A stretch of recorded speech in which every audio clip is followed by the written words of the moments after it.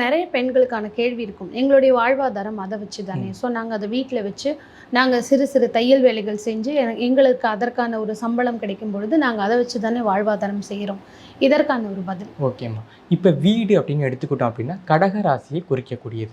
12 ராசிகளில் வீட்டை குறிக்கக்கூடிய பாவம் கடகராசி. இந்த கடகராசியில் பார்த்தீங்கன்னா சந்திரன் ஆட்சி, குரு உச்சம், செவ்வாய் நீச்சம்.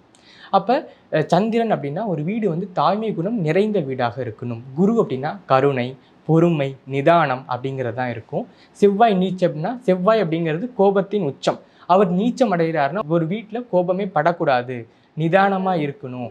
ஏன்னா வீடு அப்படிங்கிறப்ப நிறைய விஷயங்களை நம்ம அட்ஜஸ்ட் பண்ணி போகணும். கணவன் மனைவி உறவு அப்படின்னா ஒருத்தருக்கு ஒருத்தர் விட்டு கொடுத்து போகணும்.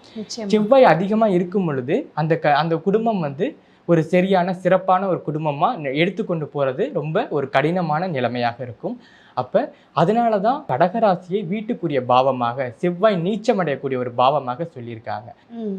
அதுதான் ஒரு வீடு வந்து குறிக்கக்கூடியது. ஒரு குடும்ப ஒற்றுமையாக, உறவுகளை வசீகரிக்கக்கூடிய இடமாக, குழந்தைகளோட சந்தோஷமாக இருக்கக்கூடிய இடம் தான் வீடு. அப்போ இந்த இடத்துல நம்ம தொழில் செய்கிறோம் அப்படின்னா, தொழில் அப்படிங்கிறது மகர ராசியை குறிக்கக்கூடியது. மகர ராசியில் செவ்வாய் உச்சம், அதே மாதிரி சனியினுடைய ஆட்சி வீடு. இந்த சனி செவ்வாய் காம்பினேஷன் அப்படிங்கிறது தான் தொழில் ஸ்தானம் அப்படின்னு சொல்லுவாங்க. தொழிலில் நம்ம எப்படி இருக்கணும் அப்படின்னா கண்டிப்பாக இருக்கணும். ஏன்னா சனி அப்படிங்கிறது தொழிலாளர்கள், செவ்வாய் அப்படின்னா கண்டிப்பு, வீரம். நமக்கு கீழே தொழிலாளர்களை வந்து கண்டித்து வேலை செய்யக்கூடிய விஷயம் அப்படிங்கிறது இந்த மகராசியில் ஒளிந்திருக்கு. இந்த சனி செவ்வாய் காம்பினேஷனை கொண்டு வந்து நம்ம கடகராசி என்னும் வீட்டில் வைக்கும் பொழுது இது வீடு வந்து போர்க்குலகம் மாறுது. அங்கே தான் கணவன் மனைவி பிரிவினை, போராட்டம், யுத்தம் இது எல்லாமே நடக்குது.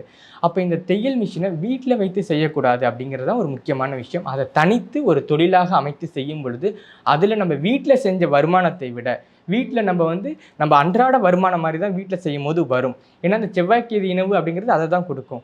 பட் இதை ஒரு அலுவலகத்திலோ ஒரு தொழிலாக தனியாக எடுத்து செய்யும் பொழுது மிகப்பெரிய ஒரு உச்சபட்ச வெற்றியை இதை கொடுக்கும்.